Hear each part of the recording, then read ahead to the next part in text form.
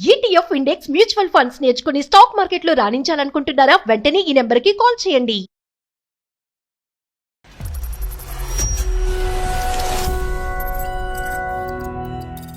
ఇంట్లో మ్యాచెస్ చూస్తున్నారు, నేను దాన్ని క్యాన్సిల్ చేయలేకపోతున్నాను, రీజన్స్ వెతకలేకపోతున్నాను అంటే ఓకే చేసుకో అంటున్నాడు సార్. ఈ ఫ్రెండ్షిప్ రిలేషన్షిప్ మాకు అర్థం కావట్లేదు. ఇలా ఉన్నా నాకు చాలు, కలిసి ఉందాం బట్ పెళ్ళి అయితే వద్దు. ఇది మాట మాత్రం ప్రతిసారి చెప్తాడు. పచ్చిగా చెప్పాలంటే నిన్ను ఇటువంటి మాటలు మాట్లాడే వాళ్ళని అందరినీ కూడా మోసగాళ్ళు అంటాం. నేను ఇంకా సూసైడ్ అయినా చేసేసుకుంటాను, నువ్వు లేకపోతే నేను ఉండలేను. ఫైనాన్షియల్ గా నీకు సపోర్ట్ చేస్తాను. నీ మీద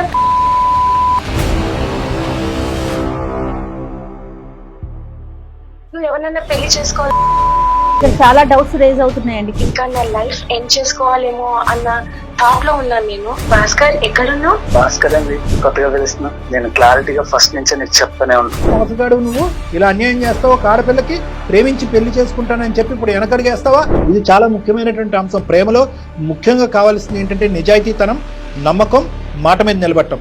గుడ్డిగా నేను ప్రేమించాను కాబట్టి అతను నన్ను ప్రేమించాడు కాబట్టి ఈ ప్రాబ్లంకి అయితే సొల్యూషన్ కనిపించాలి, చెప్పాలి. ఇవన్నీ పబ్లిక్ లో చెప్పుకునే కాదు మేఘనా. పెళ్లి వరకు వద్దు అని చెప్పి మీరు ప్లేట్ ఫిరాయించి వెల్ ఎడ్యుకేటెడ్ ఫ్యామిలీ సార్, ఇవన్నీ వద్దు సార్.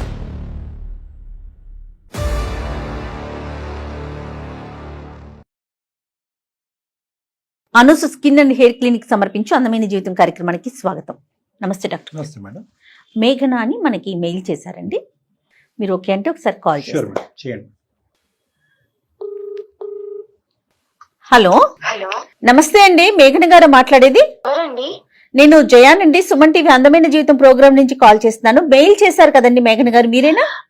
అవునండి, నేనే అండి. మీరు ఇంత తొందరగా రెస్పాండ్ అవుతారని అనుకోలేదు మ్యామ్. చాలా థ్యాంక్స్ అండి. డాక్టర్ గారితో ఒకసారి మాట్లాడండి అండి. హాయ్ అమ్మా. హాయ్ సార్, నమస్తే సార్. నమస్తే. మీ వీడియోస్ చూస్తూనే ఉంటాను నేను. థ్యాంక్ యూ అమ్మా, థ్యాంక్ యూ. చెప్పమ్మా, ఏంటమ్మా ప్రాబ్లం? నేను ఒక సాఫ్ట్వేర్ ఎంప్లాయీ అండి. అమ్మా నాన్న ఒక తమ్ముడు. ఓకేనమ్మా. ఇంట్లో మ్యాచెస్ చూస్తున్నారు, నాకు నచ్చక ఇప్పటికే 10 సంబంధాలు క్యాన్సిల్ చేశాను. ఓకే. ఇంట్లో ఫోర్స్ చేశారు, అసలు ఏంటి నీ ప్రాబ్లం అని. అమ్మా. తప్పక రివీల్ చేశాను, అంటే నేను ఒకరిని ఇష్టపడుతున్నాను అని. Naturally. సో ఎవరు ఏంటి అని అడిగితే డీటెయిల్స్ చెప్పాను. అతనే నా పార్ట్నర్ అని అనుకుంటున్నా అంటే వాళ్ళు కూడా చాలా హ్యాపీగా ఫీల్ అయ్యారు. ఓ కానీ ఇక్కడే ప్రాబ్లం అంతా స్టార్ట్ అయింది సార్. ఏంటమ్మా? అంటే అతనికి నేను ఇష్టమే, అది నాకు తెలుస్తుంది. నన్ను చాలా కేరింగ్ గా చూసుకుంటారు. ఒకవేళ నాకు బాగోలేదు అంటే ఈ టాబ్లెట్ వేసుకో, ఆ టాబ్లెట్ వేసుకో, హాస్పిటల్ కి వెళ్తావా లేకపోతే రమ్మంటావా, ప్రేమగా అసలు చూసుకుంటారు. ప్రతి ఒక్కటి చాలా కేరింగ్ గా తీసుకుంటారు. మనీ ప్రాబ్లం అయినా నేను చెప్పని అవసరం లేదు, అన్ని తనే చేస్తాడు. ఇంకా చెప్పాను, నాకు నువ్వు అంటే ఇష్టం, ఇంట్లో మ్యాచెస్ చూస్తున్నారు, నేను దాన్ని క్యాన్సిల్ చేయలేకపోతున్నాను, రీజన్స్ వెతకలేకపోతున్నాను, ఇంట్లో పేరెంట్స్ ప్రెషర్ చేస్తున్నారు అంటే ఓకే చేసుకో అంటున్నాడు సార్. ఈ ఫ్రెండ్షిప్ రిలేషన్షిప్ మాకు అర్థం కావట్లేదు. అతనికి మొదటి నుంచి ఆ ఉద్దేశం ఉందా లేదా అమ్మా? అతనికి నేనంటే ఇష్టం సార్, ఎవరితో మాట్లాడు. నేను ఒకవేళ మెసేజ్ చేయకపోయినా ఎందుకు చేయలేదు, ఏంటి రీజన్ అని అడిగే టైప్ అతను. ఇష్టం does not need to transform into marriage కదా. ఆ అబ్బాయి మ్యారేజ్ వరకు ఎప్పుడన్నా అన్నాడు ఆ అబ్బాయి నేను నిన్ను పెళ్లి చేసుకుంటానని అన్నాడా? లేదు సార్, అతన్ని లైఫ్ లాంగ్ నేను తోడుంటాను, బట్ మ్యారేజ్ అంటే వెనకడుగు వేస్తున్నాడు. మరి అట్లా ఫోర్స్ గా కూడా చెప్పట్లేదు, నువ్వంటే నాకు ఇష్టం లేదు అని కూడా చెప్పడం లేదు. ఈ మధ్య కాలంలో మనం చూస్తున్నాం కదా, కలిసి ఉందాం బట్ పెళ్లి అయితే వద్దు, అలా ఏమన్నా ఆలోచిస్తున్నాడా అతను? లేదు మేడం, అతను ఆ టైపే కాదు, చాలా రెస్పాన్సిబుల్ పర్సన్, అసలు ఆ టైపే కాదు. ఎప్పుడైనా డైరెక్ట్ గా నాకు నువ్వు ఇష్టం, మనం పెళ్లి చేసుకుందాము, మన పేరెంట్స్ తో మాట్లాడదామా, ఇలాంటి మాటలు మీరు ఎప్పుడైనా మాట్లాడారా? అలాంటిది ఏం చెప్పలేదు, బట్ ఒకటి చెప్తాడు, ఏంటంటే ఎప్పుడు చెప్పేది, నువ్వు ఇలా ఉన్నా నాకు చాలు, నువ్వు ఎక్కడున్నా హ్యాపీగా ఉండాలి. ఇది మాట మాత్రం ప్రతిసారి చెప్తాడు. నన్ను యాక్సెప్ట్ చేయట్లేదు అంటే దానికి రీజన్ చెప్పాడు. మీరు చెప్పారా? నేను అడిగేది మీరు ఎప్పుడైనా చెప్పారా అంటున్నా. నేను చాలా చెప్పాను. నీ సైడ్ నుంచి క్లారిటీ ఉంది, అతని సైడ్ నుంచి నీకు క్లారిటీ రాలే. అవును సార్, 4 years నుంచి సార్ సోషల్ మీడియాలో కలిసాము చాటింగ్ ద్వారా. ఓహో, ఇప్పటి వరకు మంచిగానే ఉన్నా. గట్టిగా ఒక 4 times ఏమో కలిసాము. కలిసినప్పుడు కూడా చాలా రెస్పాన్సిబుల్ గా, చాలా కేరింగ్ గా మాట్లాడతాడు, చూసుకుంటాడు. సో అమ్మ ఒక సార్, నిమిషం అమ్మ, రెస్పాన్సిబుల్ గా ఉంటాడు, చూసుకుంటాడు. వాస్తవానికి నిజంగా పచ్చిగా చెప్పాలంటే నిన్ను ప్రేమిస్తున్నాడు కూడా. నువ్వు ఎంత స్థాయిలో అయితే ప్రేమిస్తున్నావో అంత స్థాయిలో ప్రేమిస్తున్నాడు. ఎటొచ్చి ఏంటంటే అతని ఉద్దేశం ఈ ప్రేమను నెక్స్ట్ లెవెల్లోకి తీసుకెళ్ళాలి అని అనుకోవట్లేదు.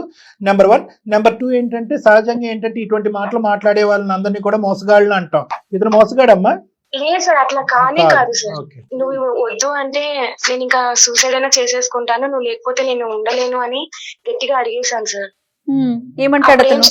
ఏమంటారంటే, నీకు ఒక ఫ్రెండ్ గా ఉంటాను, ఒక వెల్ విషర్ గా ఉంటాను, ఒక మోటివేటర్ గా ఉంటాను, నీకు ఎప్పుడు ఏ ప్రాబ్లం వచ్చినా నేను ఉంటాను, ఫైనాన్షియల్ గా నీకు సపోర్ట్ చేస్తాను, నువ్వు ఎవరినైనా పెళ్లి చేసుకోవాలన్నా నువ్వు చేసుకో, నీ మీద ప్రేమ ఉంది, నువ్వంటే కేరింగ్, నువ్వు నా లైఫ్ లో ఉండాలి, ఖచ్చితంగా ఉంటాను, నేను ఉంటాను, పక్కాగా ఉంటాను. బట్ పెళ్లి చేసుకోవాలి, రిలేషన్ లో ఉండాలి అంటేనే వద్దు అని అంటున్నాడు సార్. So, ఎందుకు exception. ఏంటి అని అడిగితే చెప్పడం ఇక్కడ లేదు. చాలా డౌట్స్ రేజ్ అవుతున్నాయండి. కాదండి, మిమ్మల్ని పెళ్లి చేసుకోని అంటున్నాడా, అసలు పెళ్ళే వద్దంటున్నాడు అతను? అసలు పెళ్ళే వద్దు అంటున్నాడు. Huh. నా లైఫ్ లో ఎవరు రారు అనుకున్నాను, బట్ నువ్వు వచ్చావు, నువ్వు వచ్చినాక నేను చాలా హ్యాపీగా ఫీల్ అవుతున్నాను. బట్ నేను పెళ్లి వరకు నేను తీసుకెళ్లలేను, అలా అని చెప్పి ఇంకొకరిని పెళ్లి చేసుకుంటా అంటే నాకు అసలు ఎవ్వరు నా లైఫ్ లో పెళ్లి అన్న మాటే వద్దు అంటున్నాడు. అసలు ఆయన మైండ్ లో ఏముందో నాకు అర్థం కావటం లేదు. కాదమ్మా, ఒక పాయింట్ అయితే వెరీ క్లియర్ అమ్మా, అతను ఎక్కడా కూడా పెళ్లి అనే సబ్జెక్ట్ తీసుకొచ్చి నీతో ప్రేమ కలాపాలు అయితే చేయలేదు. ఓకే, లేదు సార్, ఎప్పుడు అర్థం ఎప్పుడు లేదు. తీసుకోలేదు. సో లేదు. నువ్వేంటంటే ప్రేమ వరకు నిజమే, కానీ పెళ్లి వరకు నెక్స్ట్ లెవెల్ వరకు నీకు నువ్వుగా ఎజ్యూమ్ చేసుకుని తీసుకెళ్లిపోయి మీ పేరెంట్స్ వరకు తీసుకెళ్లి అక్కడ వచ్చినటువంటి సంబంధాలు తోసేసేటటువంటి పరిస్థితి వరకు నువ్వు వెళ్ళిపోయావు. మా వరకు ఎందుకు వచ్చారమ్మా మీరు? నేను ఎంత అడిగినా తను చెప్పడం లేదు. ప్రోగ్రామ్స్ చూసాక నాకు ఒక ఐడియా వచ్చింది, ఓకే మీ ద్వారా వెళ్తే అతను ఏమైనా రివీల్ అవుతాడేమో, లేకపోతే ఏ విధంగా చెప్తే అతను నా దారికి వస్తాడేమో, నన్ను అర్థం చేసుకుంటాడేమో, సరే. ఒక చిన్న ఆశ సార్, అంతే. బలమైన కారణం ఉంటే కనుక మీరు విత్డ్రా అవడానికి రెడీగానే ఉన్నారా? నాకైతే 100% నమ్మకం ఉంది సార్, తను మారుతాడని. చూద్దాం, చూద్దాం, ఆ రీజన్ ఏంటో కనుక్కుందాం. ఏం పేరండి? భాస్కర్ అండి. భాస్కర్, రైట్. సార్, మీ మీద జయ గారి మీద చాలా నమ్మకం సార్, మీ మీద లాస్ట్ హోప్. నేను చాలా రకాలుగా ట్రై చేశాను, ఇంట్లో పేరెంట్స్ ప్రెషర్ ఎక్కువైపోతుంది, నాకు ఏం చేయాలో అర్థం కావటం లేదు. మీరు అంటే మీరు చెప్పాక కూడా తను మారకపోతే ఇంకా నా లైఫ్ ఎండ్ చేసుకోవాలేమో అన్న థాట్ లో ఉన్నాను నేను. మరి మీరు ఇందాక సూసైడ్ చేసుకోవాలని అనుకున్నాను అన్నారు, ఇప్పుడు లైఫ్ ఎండ్ చేసుకోవాలని. ఏంటమ్మా మీరు ఈజీగా మాట్లాడతారు మీరు? ఇది ఒక వ్యక్తిత్వానికి సంబంధించినటువంటి అంశం, ఒక ఆలోచన. ఇష్టం వరకు ఉంది కానీ పెళ్లి వరకు వద్దు అని చెప్పి మీరు ప్లేట్ ఫిరాయించి మాట మార్చుంటే కనుక ఆ అబ్బాయిని మామూలుగా ఆడుకుని ఉండేవాళ్ళం కాదమ్మా మనం. ఈరోజు చాలా గట్టిగా మాట్లాడుకునే వాళ్ళం. కానీ ఆ అబ్బాయి ఎప్పుడు కూడా అతని స్టాండ్స్ అనేది మారలేదు. ఇక్కడ ప్రత్యేకంగా మీ రీజన్ ఫర్ యువర్ కాల్ అంటే నేను చెప్తున్నానమ్మా, the reason for your call is not to transform him, అతన్ని మార్చేసి నాకు ఇవ్వండి అనేది కాదు. ప్రధానంగా రీజన్ ఫర్ మై కాల్ ఏంటంటే 2 సంవత్సరాలు 3 సంవత్సరాల పాటు తెలియనటువంటి కారణం కనుక్కుని అసలు ఎక్కడ అతను మనస్తాపం చెందుతున్నాడు, ఎందుకు ఆ మనిషి ప్రేమించేటటువంటి వ్యక్తి పెళ్లి ఒక బంధం వరకు ఎందుకు వెళ్ళకపోతున్నాడు అనే కారణం కనుక్కోండి డాక్టర్ గారు అంటే కనుక అది important. That is step 1. Step 2, అది మ్యారేజ్ వరకు వెళ్తుందా, మిమ్మల్ని ఇష్టపడి ముందుకు వస్తాడా లేదా అనేటటువంటిది అతను చెప్పే కారణం బట్టి డిపెండ్ ఉంటుంది. కానీ అతను నన్ను పెళ్లి చేసుకోకపోతే నేను చచ్చిపోతాను అని చెప్పి కారణం తెలియకుండానే ముందు కాళ్ళకు బంధం వేయటం అనేది కరెక్ట్ కాదమ్మా. సో అర్థమవుతుందమ్మా. సో చచ్చిపోతాను, సూసైడ్ చేసుకుంటాను అనేటటువంటి మాటలు వద్దు. కారణం తెలుసుకునేటటువంటి మనం ప్రయత్నం చేద్దాం. గట్టిగా చాలా ఘాటైనటువంటి బలమైనటువంటి కారణం ఏదో ఉంది అనే సస్పిషన్లో నేను జయ మేడం ఉన్నాం. అతను కారణం చెప్పనియండి, చెప్పిన తర్వాత దాన్ని బట్టి అసలు వస్తాడా రాడా, ఒకప్పుడు వస్తే ఏంటి రాకపోతే ఏంటి అనేది అప్పుడు బాల్ మీ కోర్టులో ఉంటుంది. ఓకే సార్, రైట్, ఖచ్చితంగా ఒకసారి అతనితో మాట్లాడండి. అలాగే మ్యామ్, మాట్లాడతాను. The person you are speaking with has put your call on hold. Please stay on the line. Hello hello Bhaskar, ఎక్కడున్నావు? భాస్కర్ అండి, కొత్తగా పిలుస్తున్నా, ఏమైంది? మరి నువ్వు కొత్తగా బిహేవ్ చేస్తుంటే నేను ఏం చేయాలి? చెప్పాను కదా నీకు ఆల్రెడీ, రిక్వెస్ట్ చేస్తున్నాను, అసలు ఏంటి రీజన్ అనేది అడుగుతున్నాను. మేకనా నీకు నేను క్లారిటీగా చెప్తూనే ఉన్నా ఫస్ట్ నుంచి ఇంతవరకు. అవునా, నేనేమైనా చేంజ్ అయ్యానా, నువ్వు చేంజ్ అవుతున్నావా? ఏం చేయాలి నువ్వు అంటే అంత ఇష్టం మరి? నేను క్లారిటీగా ఫస్ట్ నుంచే నీకు చెప్తూనే ఉన్నా, ఈ లవ్ ఈ రిలేషన్స్ ఇవేమి వద్దు మేఘనా, నీకు మంచి వెల్ విషెస్ గా నేను ఉంటాను. ఏ రోజైనా నేను మిస్బిహేవ్ చేశానా, ఏదైనా తప్పుగా మాట్లాడానా చెప్పు. నైస్. పెళ్లి క్యాన్సిల్ చేసుకుంటున్నాను నీ కోసం. వద్దు మేఘనా, నేను చెప్తున్నాను కదా పెళ్లి చేసుకో. నువ్వు లేకపోతే నేను హ్యాపీగా ఉండలేను. నువ్వెందుకు అర్థం చేసుకోవట్లేదు చిన్ను? నేనంటే నీకు ఇష్టం లేదా చెప్పు. నేను ఇష్టం లేదనట్లేదు, ఏ బాధ వచ్చినా నేను ఉంటా నీకు. నా మూడు నువ్వు ఎంత అడిగినా నువ్వు నాకు మంచిగా ఉండు. చెప్పవు, కానీ సుమన్ టీవీ వాళ్ళకి మెయిల్ పంపించాను. నీకేమైనా పిచ్చా? చిన్న వాళ్ళు లైన్ లోనే పిల్లలు ఉన్నారు. భాస్కర్ గారు ఏమండి, నేను డాక్టర్ కళ్యాణ్ చక్రవర్తి, జయ మేడం కూడా ఉన్నారు. ఒక చిన్న నమస్తే. చిన్న ప్రోగ్రాము, సార్. అందమైన జీవితాన్ని చిన్నది కానీ చక్కటి programme. Well educated family sir, ఇవన్నీ వద్దు సార్. సార్ ఒక్కసారి ఆలోచించండి. ఈ ప్రాబ్లంకి అయితే సొల్యూషన్ కనిపించాలి, చెప్పాలి. ఆడపిల్ల మాకు కంప్లైంట్ పెట్టినప్పుడు, ఎరా మోసగాడు నువ్వు, ఇలా అన్యాయం చేస్తావా, ఒక ఆడపిల్లకి ప్రేమించి పెళ్లి చేసుకుంటానని చెప్పి ఇప్పుడు వెనకడిగేస్తావా అనేటటువంటి భాషను మాట్లాడతాం. కానీ ఈరోజు అటువంటి భాషకి 100 మెట్లు దూరంలో మేము ఉన్నాం. వాస్తవానికి ఏంటంటే మిమ్మల్ని పొగడాలనుంది, కొనియాడాలనుంది. ఎందుకంటే మీరు ఎక్కడ కూడా మీ నిజాయితీ అయినటువంటి జీవితంలో ఎక్కడ కూడా వెనకడుగేయలేదు, ఎప్పుడూ పద్ధతిగానే వ్యవహరించారు, మాట మీద కూడా నిలబడ్డారు. ఇది చాలా ముఖ్యమైనటువంటి అంశం. ప్రేమలో ముఖ్యంగా కావాల్సింది ఏంటంటే నిజాయితీతనం, నమ్మకం, మాట మీద నిలబడటం. 3 క్వాలిటీస్లో ఈరోజు ఎవరిలో ఉన్నాయంటే భాస్కర్లో ఉన్నాయి. అయినా కూడా ఏంటంటే అండి, సహజంగా ఒక ప్రేమించినటువంటి ఆడపిల్ల ఎప్పుడైనా కూడా అతను ప్రేమించి నమ్మకంగా ఉన్న వ్యక్తిని భర్తగా చూసుకోవాలని అనుకుంటుందే కానీ ఒక వెల్ విషర్ గానో ఒక ఫ్రెండ్ గానో చూసుకోవాలని. ఇప్పుడు ఇక్కడ ప్రధానంగా ఉన్నటువంటి ప్రశ్న భాస్కర్ గారు, ఒకే పాయింట్ చెప్తాను, తర్వాత మీరు కంటిన్యూస్ గా మాట్లాడుతారు. కానీ ఇక్కడ ఈ రోజు మా ఎంట్రీ, ఈ రోజు మేఘన యొక్క ఉద్దేశం ఏంటంటే, డాక్టర్ గారు నాకు అతనే భర్తగా కావాలి, అతన్నే ప్రేమించాను, అతను లేకపోతే నేను చచ్చిపోతానని అంటే కనుక అక్కడే కట్ చేసాం అమ్మాయి మాటకి. అమ్మ అది కాదు. ఇక్కడ అసలు మనసులో ఉన్నటువంటి బలమైనటువంటి కారణం తెలుసుకోకుండా గుడ్డిగా నేను ప్రేమించాను కాబట్టి, అతను నన్ను ప్రేమించాడు కాబట్టి పెళ్లి వరకు తీసుకెళ్ళాలి అనేటటువంటి ఉద్దేశంతో నువ్వు వస్తే కనుక అసలు నీకు హెల్పే చేయమమ్మా అని అంటే కనుక, ఆ తర్వాత తన వర్జను మా వర్జను మారింది.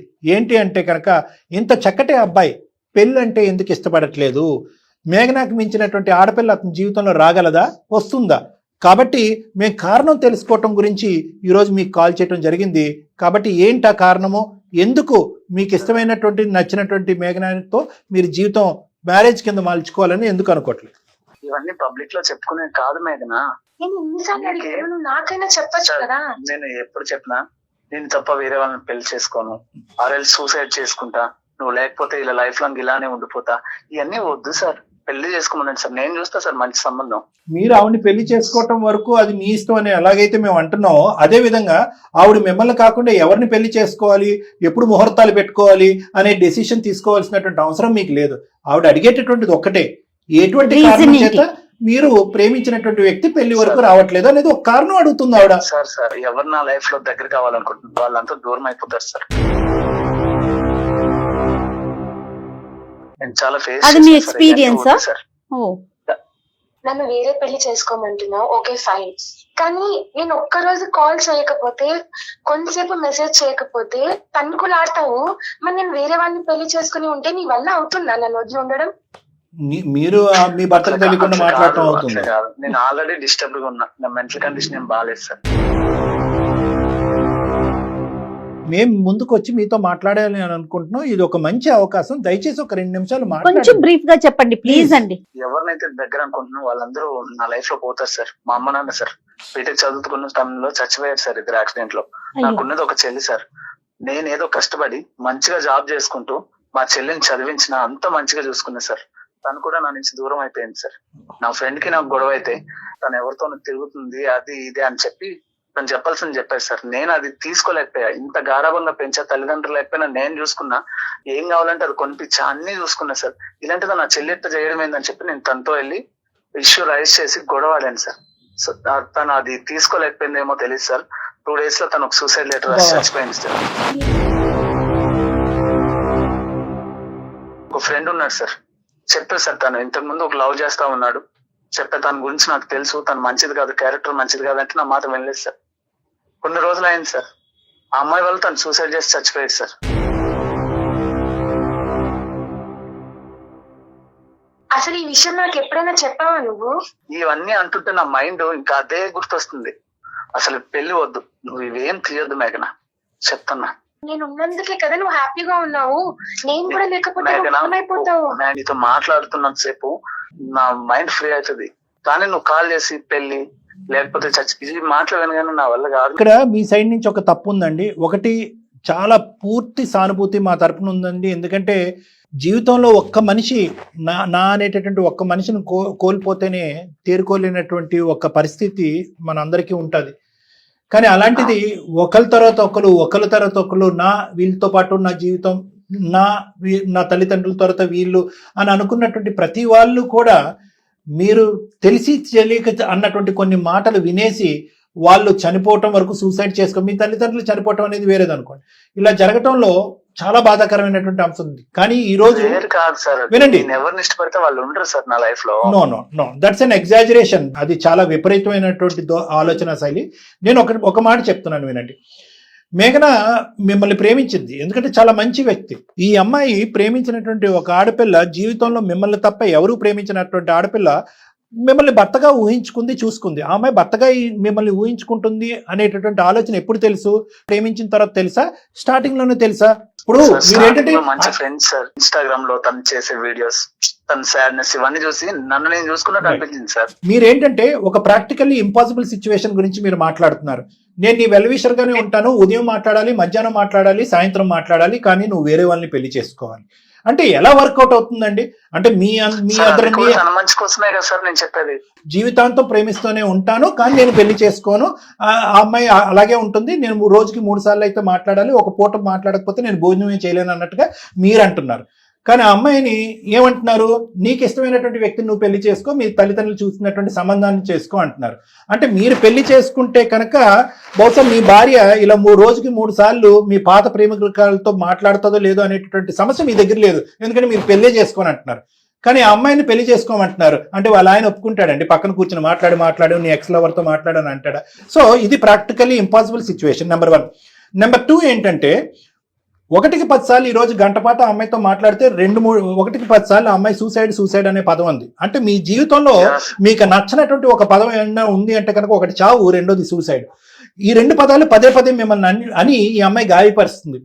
అంటే ఈ పాటికే ఎన్ని సందర్భాల్లో I love you, I want to be your wife, if you don't do that I will kill myself అనేటటువంటి మాట ఎన్నో సందర్భాల్లో ఈ అమ్మాయి అనుంటది. మీకెందుకు ఆ మాట అంటే అంత ఎలర్జిక్? ఎందుకు? ఎటువంటి సంఘటనలు మీ జీవితంలో జరగటం వల్ల ఈ రోజు మానసికంగా మీరు ఇలా మారిపోయి పెళ్ళే వద్దురా బాబు, అసలు ఏ బంధం వద్దు, ఒంటరిగానే చచ్చిపోదాం అనేటటువంటి డెసిషన్ మీరు వచ్చారు అని చెప్పుంటే కనుక లేదంటే స్టార్టింగ్ నుంచే ఇంత గాఢమైనటువంటి ఉన్నాయి, నువ్వు ఎక్కడో ఆశలు పెంచుకుని ఏదో చేసేసుకుంటున్నావు, నిన్ను నువ్వు నిరాశ చెందుతావు అని స్టార్టింగ్ లోనూ మీరు చెప్పుంటే కనుక బహుశా ఈ అమ్మాయి ఈ స్థాయిలో ఆశలు పెంచుకుని ఉండేది కాదు. ఇందాక ఆ అమ్మాయి మీద మేము కోప్పడ్డాం, అమ్మ ప్రేమ వరకు నిజమే, పెళ్లి వరకు కాదని మొదటి నుంచి అబ్బాయి అంటున్నాడు అంటే కనుక ఇక్కడ ఎలా ఉంది అంటే ప్రేమ వరకు నిజమే, పెళ్లి గురించి మీరు లెక్క తేల్చట్లేదు. ఎంతకాలం అలా ప్రేమించుకుంటూ ఉంటారు? వేరే పెళ్లిళ్ళు చేసుకున్నా కూడా ప్రేమించుకుంటూనే ఉంటారా? అది వర్కౌట్ అవుతుందా సమాజంలో? అది ప్రాక్టికల్లీ అవుతుందా? సో మీరు మీ ఒక పక్క నుంచి ఏంటంటే మీకు జరిగినటువంటి సంఘటనల నిమిత్తం మీరు మానసికంగా ఇలా మారిపోయారు అనేటటువంటిది మాకు చాలా బాగా అర్థమవుతుంది.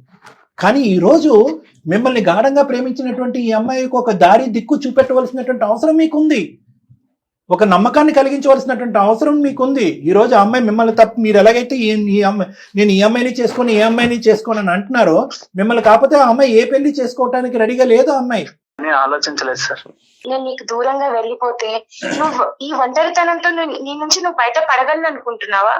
అసలు చెప్పింటే నీ మీద నాకు ఎంత కోపం వచ్చినా నువ్వు మళ్ళీ ఈ మాట చెప్తావు చూడు, నువ్వు హ్యాపీగా ఉంటే చాలు అని, దానికి నేను మళ్ళీ కనెక్ట్ అయిపోతున్నా. ఏదో మాట అన్నావని వాళ్ళు సూసైడ్ చేసుకున్నారు అంటున్నావు, కానీ నువ్వు నా పక్కన లేకపోతే నేను సూసైడ్ చేసుకుంటా అని నేను అంటున్నాను.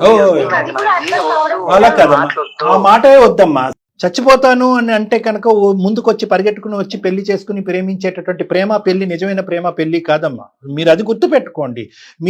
మీకు తెలియకుండానో లేదంటే ఒక ర్యాండమ్ గానో లేదంటే ఒక మనిషి యొక్క మనసు మారాలి అనే ఆలోచనతో మీరు ర్యాండమ్ గా మాట్లాడేటటువంటి ఈ సూసైడ్ అనే పదం అతని గుండెల్లో కత్తిలా గుచ్చుకుంటుంది. సో ఈరోజు అతనికి ఉండే సందిగ్ధ పరిస్థితి ఏంటంటే కనుక పెళ్లి చేసుకుంటే ఆ గత జ్ఞాపకాల వల్ల ప్రేమించినటువంటి పెళ్లి చేసుకున్న అమ్మాయి చనిపోద్దేమని ఒక భయం, చేసుకోకపోతే కూడా చచ్చిపోద్దని భయం. ముందు నువ్వు వెనకతలు గొయ్యిలా ఉంది అతని పరిస్థితి. దయచేసి మీరు అన్నటువంటి చచ్చిపోతాను, సూసైడ్ చేసుకుంటాను అనేటటువంటి పదాన్ని మీరు సమర్థించుకోవద్దు, రిపీట్ చేయొద్దు. అది తీసి పక్కన పెడదాం. భాస్కర్ గారు మీ వరకు వస్తే మేఘన యొక్క ప్రేమ స్వచ్ఛమైనటువంటి ప్రేమ అండి. నెంబర్ 1, మీకు ఈరోజు ఏదన్నా కావాలి, మీ జీవితంలో ముఖ్యమైనటువంటిది ఏదన్నా కావాలి అంటే కనుక మీకు ఒక తోడు కావాలి. మీరు ఒక భయంకరమైనటువంటి మానసిక పరమైనటువంటి ఆత్మన్యూన్యతా భావం అంటారు, డిప్రెషన్. ఒక డిప్రెషన్లో మీరు ఉన్నారు. అదేదో ఒక మానసిక జబ్బు కాదు. మీ స్థానంలో ఎవరున్నా కూడా దీనికంటే 10 రెట్లు ఎక్కువ డిప్రెషన్లోకి లోనవుతారు. మీరు అదే స్థానంలో ఉన్నారు. ఎటొచ్చి ఏంటంటే అక్కడే కామా, అక్కడే ఫుల్ స్టాప్ పెట్టేశారు. బంధం అనేటటువంటి ట్యాగ్ లైనే మీరు అసహించుకుంటున్నారు. ప్రేమించడం అనేటటువంటిది వచ్చినా, ఎందుకంటే ప్రేమ మనసుకు సంబంధించింది కాబట్టి ప్రేమ అనే సబ్జెక్ట్ వచ్చినా దాన్ని బంధాన్ని కింద మార్చుకోవడానికి ఇష్టపడట్లేదు. సో ఇలాంటివన్నీ మీలో మంచి ఉన్నా కూడా ఒక్కసారి లైఫ్ని మీరు రీడిఫైన్ చేసుకోవాల్సినటువంటి అవసరం ఉంది. చాలా ఇంపార్టెంట్ అండి. ఇక్కడ ఇంతకుముందు అమ్మా నాన్న చనిపోవటానికి కానీ, మీ సిస్టర్ చనిపోవటం కానీ, మీ బెస్ట్ ఫ్రెండ్ చనిపోవటానికి కానీ అన్నిటికీ రకరకాల కారణాలు ఉన్నాయి. ఇలాంటివి ఉన్నప్పుడు నేనేమంటాను అంటే ఇవి మీరు ఊహించుకుని కావాలని ఏదో ముందుగానే రాసి పెట్టున్నట్టుగా మీ జీవితంలో జరిగేటటువంటి అంశాలని నేను అనుకోవట్లేదు. ఇదన్నీ కూడా జస్ట్ కోయిన్సిడెన్సెస్. ఇలాంటి కోయిన్సిడెన్సెస్ ఉన్నంత మాత్రాన బంధాలని, ప్రేమల్ని వదులుకోవటం అనేది పిచ్చితనం.